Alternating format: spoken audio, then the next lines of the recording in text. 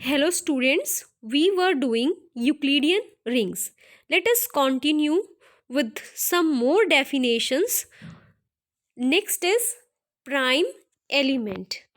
An element P of a commutative ring R with unity is called a prime element if two properties are satisfied.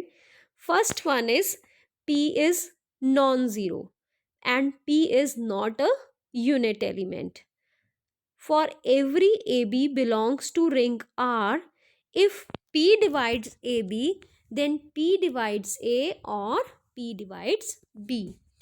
So unit element की भी हमने definition last time जो lecture किया था हमने उसमें discuss किया था what is a unit element. So prime element को अगर हम डिफाइन करें इन अ commutative ring are with unity, then prime element is always a non-zero element and it is always a non-unit. Not P is not a unit element, that is inverse does not exist. That is, if P is not a unit element means it does not possess multiplicative inverse. Next is, if P divides AB, then either P divides A or P divides B. Let us take an example. 12 in ring of integers can be written as 3 into 4 and 6 into 2. अगर हम 3 को लें तो 3 divides 12. It means 3 is A and 4 is B, A into B. तो अगर आपके पास P हम prime यहाँ पे 3 को चेक कर रहे हैं वेदर 3 इज अ प्राइम और नॉट, तो 3 अगर 12 को डिवाइड करता है इट मीन्स 3 A को भी डिवाइड करेगा या 3 B को डिवाइड करेगा. तो इधर 3 डिवाइड्स 3 और 3 divides 4. But here 3 divides 3 and 3 does not divide 4. तो किसी एक को भी अगर कर जाए तो इट इज़ ओके. सो अगर 3 12 को डिवाइड करता है तो 3 को भी डिवाइड 3 को डिवाइड करेगा but 3 does not divide 4. Next हम 12 को कैसे लिख सकते हैं 6 इंटू 2. सो 3 या तो 6 को डिवाइड करेगा या 2 को, but 3 does not divide 2 here, it divides 6. So in ring of integers 3 is prime element. Clear? क्योंकि प्राइम एलिमेंट की डेफिनेशन को ये सेटिस्फाई करता है. 3 is a non zero element, 3 is not a unit. 3 का इन्वर्स इंटीजर्स में exist नहीं करता है क्योंकि 3 का जो इन्वर्स होगा इंटीजर में for 3 there exist b such that 3 into B is 1. तो वो b क्या होगा, b 1/3 होगा which does not exist in integer. So 3 is a non unit element. सो अगर 3 नॉन यूनिट एलिमेंट है और 3 अगर 12 को डिवाइड करता है तो इधर 3 डिवाइड्स 3 और 3 डिवाइड्स 4, बट 3 डिवाइड्स 3 नॉट 4. तो यहाँ पे यही डेफिनेशन है. सो अगर 12 के दूसरे हम फैक्टर्स देखें तो इट इज 6 इंटू 2. तो 6 इंटू 2 तो 3 divides 12, it implies either 3 divides 6 और 3 divides 2, but 3 does not divide 2, 3 divides 6. So 3 is a prime element. Let us check for 4. So whether the 4 is prime element or not. 4 is non-zero element, 4 is not a unit. So अगर 4 12 को divide करता है तो 4 either divides 3 और 4 divides 4. So 4 3 को तो divide नहीं करता, बट 4 जो है वो 4 को तो डिवाइड कर जाएगा. बट अगर हम 6 इंटू 2 वाले फैक्टर्स ले लें 12 के, तो 4 ना तो 6 को डिवाइड करता है और 4 ना 2 को डिवाइड करता है. तो 4 is not a prime element. Next is irreducible element. So what is definition of irreducible element? An element P of a commutative ring R with unity is called irreducible element if first is P is not equal to 0 and P is not a unit. Again, if P has no proper factors, whenever P is equal to AB, then either A is unit और B is unit. Means P के कोई proper factor नहीं होने चाहिए. P अगर दो A into B factors में लिखा भी जाए तो या तो A यूनिट हो जाए या B यूनिट हो जाए. कैसे? अगर हम 6 ले लें इंटीजर्स में तो 6 हम कैसे लिख सकते हैं 3 इंटू 2 और यू कैन से 6 इंटू 1. तो 6 के तो प्रॉपर फैक्टर्स हो गए. प्रॉपर फैक्टर्स कौन से? 3 इंटू 2. ना तो 3 यूनिट है ना 2 यूनिट है.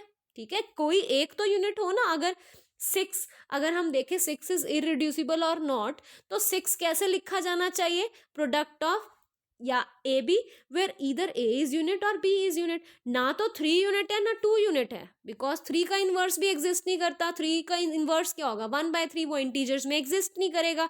2 का इनवर्स भी 1/2, that does not exist in integer. सो 6 के हमें प्रॉपर फैक्टर्स मिल गए।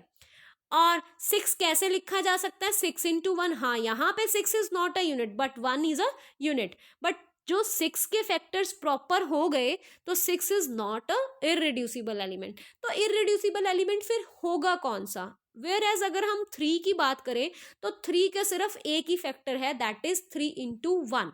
इनमें से 1 इज अ यूनिट, तो एक यूनिट जरूर हो। अगर कोई P इरिड्यूसिबल है और वो हमें कैसे लिख सकते हैं, A इंटू बी, तो या तो A यूनिट हो जाए या B यूनिट हो जाए। ठीक है, सो 3 is a irreducible element in ring of integers. यहां से एक और ऑब्जर्वेशन है कि इन ring of integers every prime number is a prime element. 3 की हमने बात की थी ऊपर, तो 3 हमने प्राइम एलिमेंट भी किया था।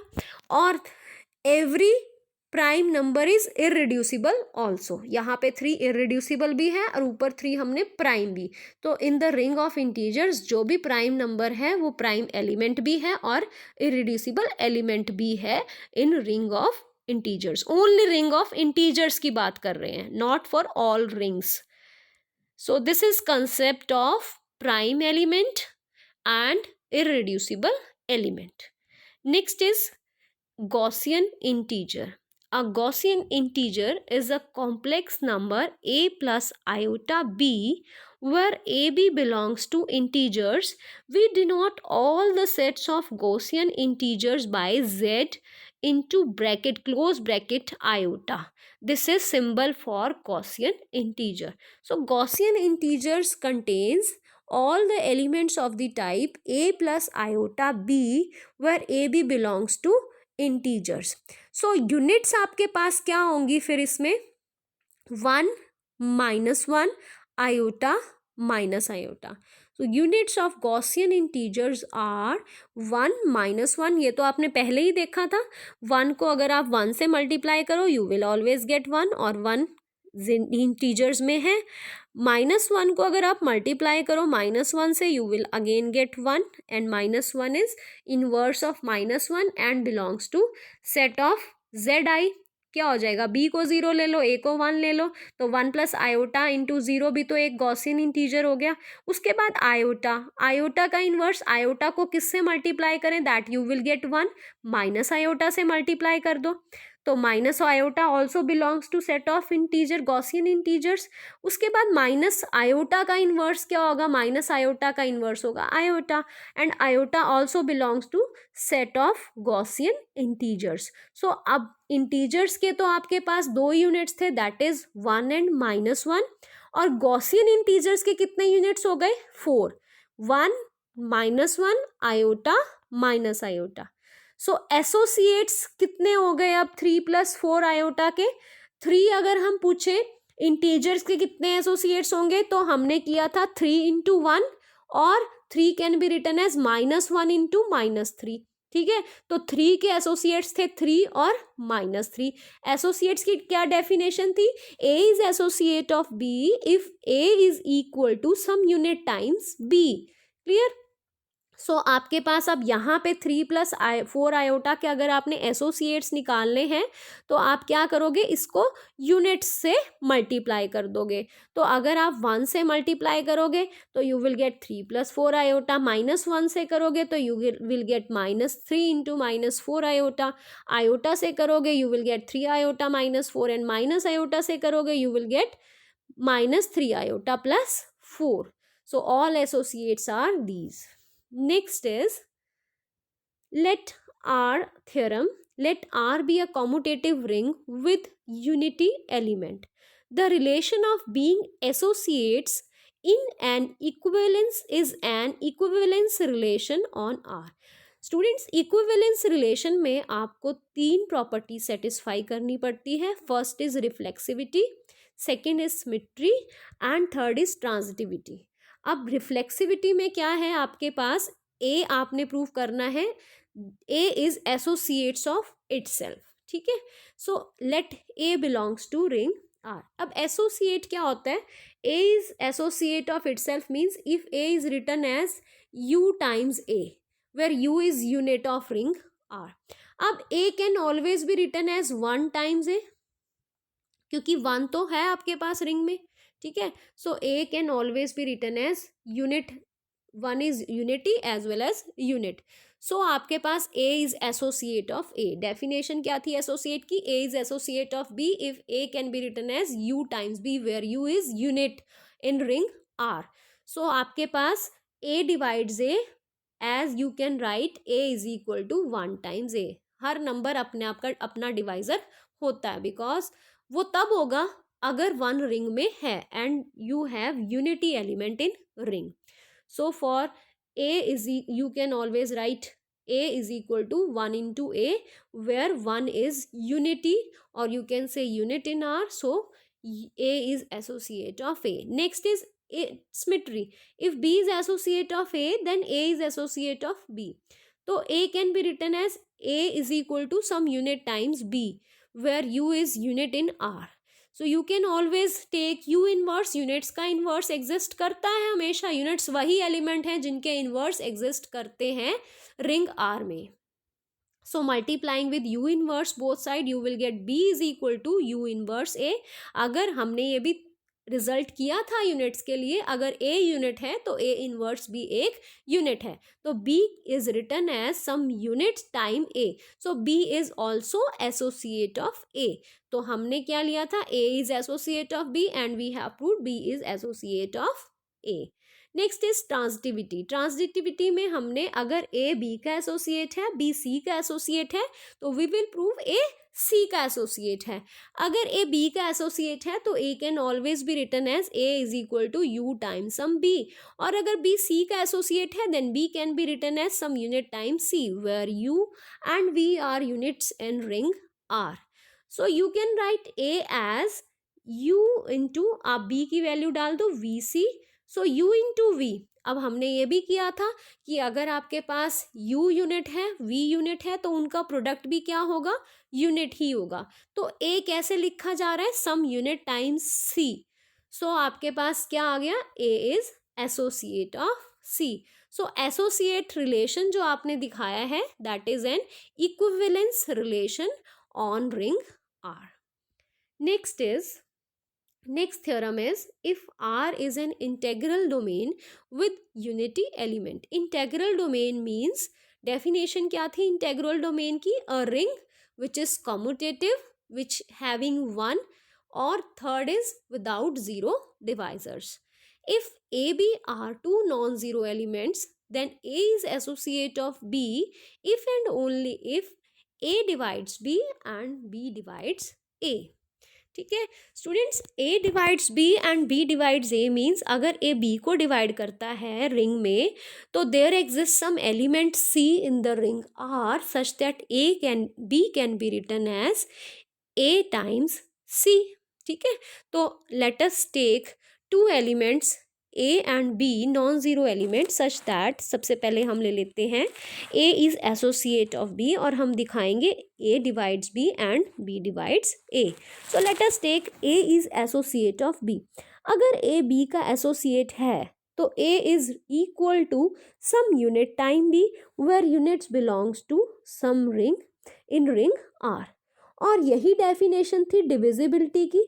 अगर ए सम element of ring into B लिखा जा सकता हो तो इट मीन्स आपका जो बी है वो किसको डिवाइड कर जाएगा, ए को। So this implies B divides ए। ठीक है, उसके बाद also a is you times B और यूनिट के इनवर्स एग्जिस्ट करते हैं। सो यू इनवर्स से आप मल्टीप्लाई करोगे तो you will get a relation you inverse A is equal to be, that is B is equal to you inverse ए। और you inverse भी किस में एग्जिस्ट करता है, रिंग आर में, ठीक है।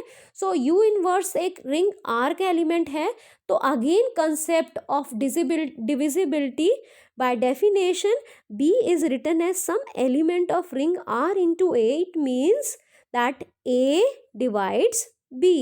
so अगर a एसोसिएट है b का, तो यहाँ से आपने क्या प्रूव कर दिया, that b divides a and a divides b. Next converse part, let us take a divides b and b divides a, and we will prove that a and b are associates.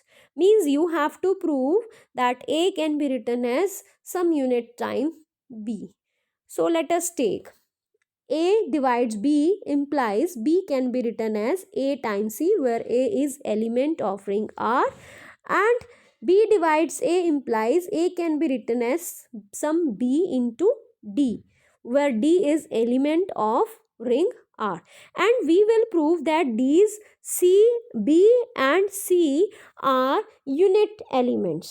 अगर ये दोनों unit elements हम prove कर दें, तो it means आपके पास b और a क्या हो जाएंगे, एक दूसरे के associates. So how will we prove, b is equal to ए सी और a की वैल्यू बी डी, ठीक है.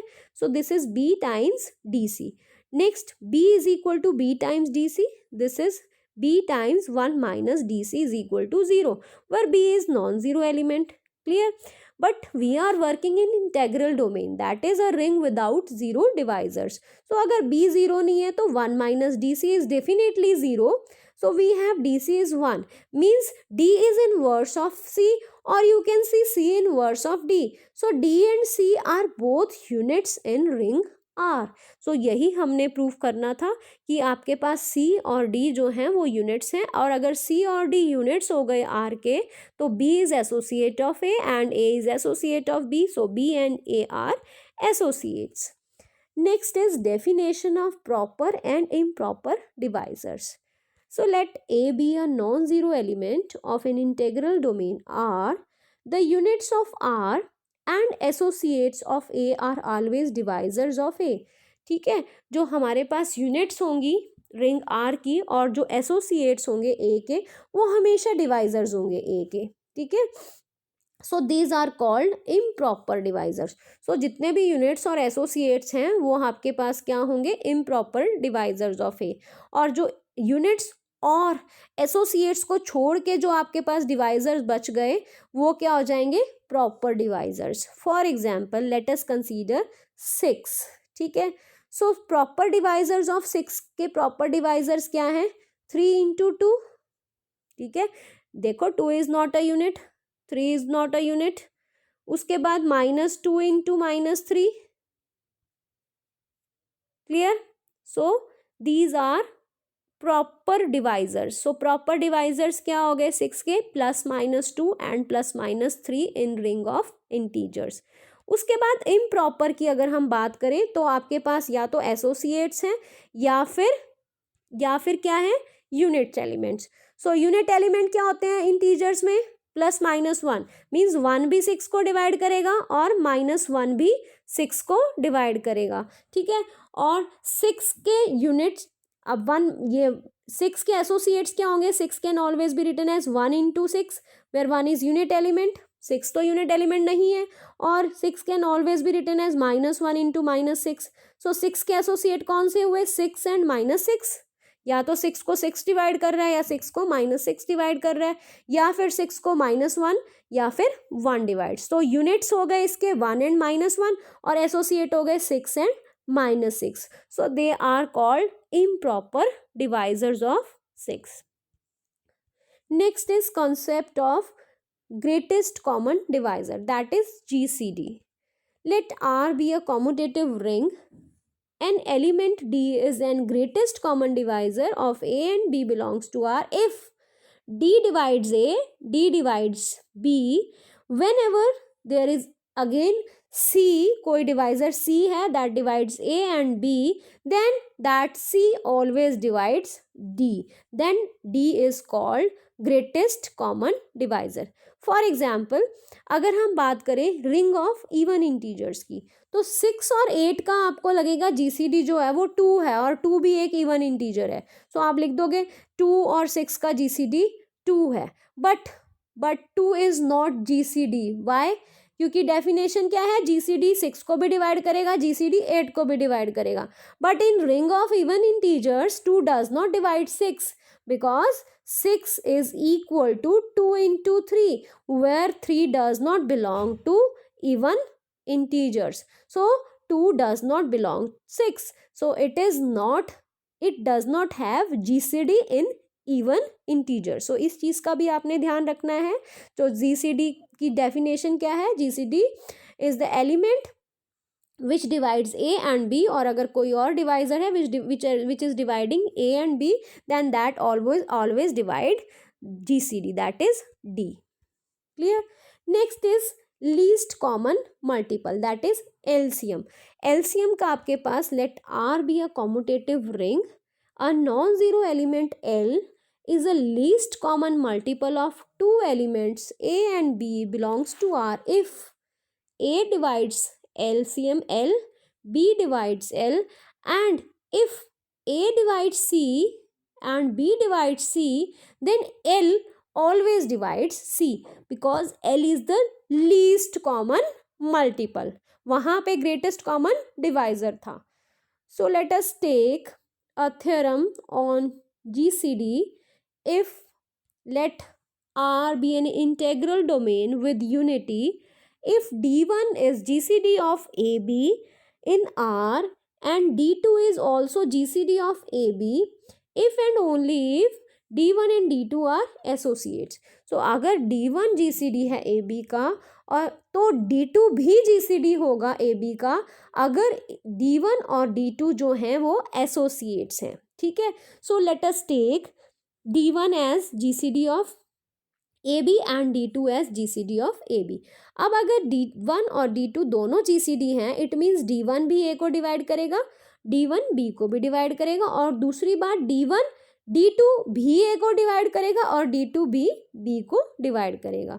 सो ये क्या इम्प्लाई कर जाएगा कि जो D1 है वो किसको डिवाइड कर रहा है, D2 को. ठीक है, सो आपके पास D1 divides D2 and D2 divides D1. अभी हमने किया था कि अगर A और B एसोसिएट्स हैं तो A B को डिवाइड करेगा और B A को डिवाइड करेगा, तो उस रिजल्ट से D1 और D2 क्या हो गए, एसोसिएट्स हो गए. Clear? Converse part. Let us take D1 as GCD of A and B and D1 and D2 are all associate, both are associates. और हमने प्रूव करना है कि D2 जो है वो भी GCD है A और B का. It means हमने ये प्रूव करना है कि if D2 divides A and D2 divides B, और कोई और डिवाइजर है C that divides A and B, then C divides D2 also. So let us proceed with the proof. अगर आपके पास D1 GCD है AB का और D1 और D2 जो हैं वो एसोसिएट्स हैं, then D1 is always written as some units time D2 where U is unit in ring R. तो ये डिविजिबिलिटी की भी डेफिनेशन है. तो यहाँ से D2 किसको डिवाइड कर गया, D1 को. सो यहाँ से आपके पास आ गया D2 डिवाइड्स D1. उसके बाद since D1 is GCD of AB, then D1 divides A and D1 divides B. तो अब अगर आपके पास D2 D1 को डिवाइड कर रहा है और D1 A को डिवाइड कर रहा है, तो using that result that if A divides B and B divides C, then this implies A divides C, you have the result that D2 divides A. और इसी रिजल्ट को दोबारा अगर हम यूज करें, D2 D1 को डिवाइड कर रहा है और D1 B को डिवाइड कर रहा है, तो D2 divides B. Let us take some divisor C that divides A and B. Then because D1 is GCD, तो C किसको डिवाइड करेगा, D1 को. और D1 और D2 एसोसिएट्स थे, यहाँ से आपने ये लिख लिया D1 is u times d2, हम वैल्यू डाल देते हैं, d2 is equal to u inverse of d1। u inverse से आप मल्टीप्लाई कर सकते हो बिकॉज u यूनिट है तो उसका इनवर्स भी एग्जिस्ट करेगा। सो यहाँ से अगर हम डिविजिबिलिटी की डेफिनेशन लगाएं फिर से, d2 is some element of ring r into d1, then that implies d1 divides d2। Clear? So d1 किसको डिवाइड करेगा? d2 को। Now c divides d1 and d1 divides d2, तो from 1 and 2 we get c divides d2। Clear? So अगर c d2 को divide करेगा तो d2 क्या हो गया? gcd of ab। क्लियर? क्यों? क्योंकि d2 डिवाइड कर रहा था a को और d2 डिवाइड कर रहा था b को, और c a को डिवाइड करेगा और b को, तो c किसको डिवाइड कर रहा है? d2 को। That is definition of gcd। So therefore d2 is gcd of a and b। So student, this is all about this lecture. So in the next lecture, we will continue with some more concepts on Euclidean rings. Till then, thank you for watching the video.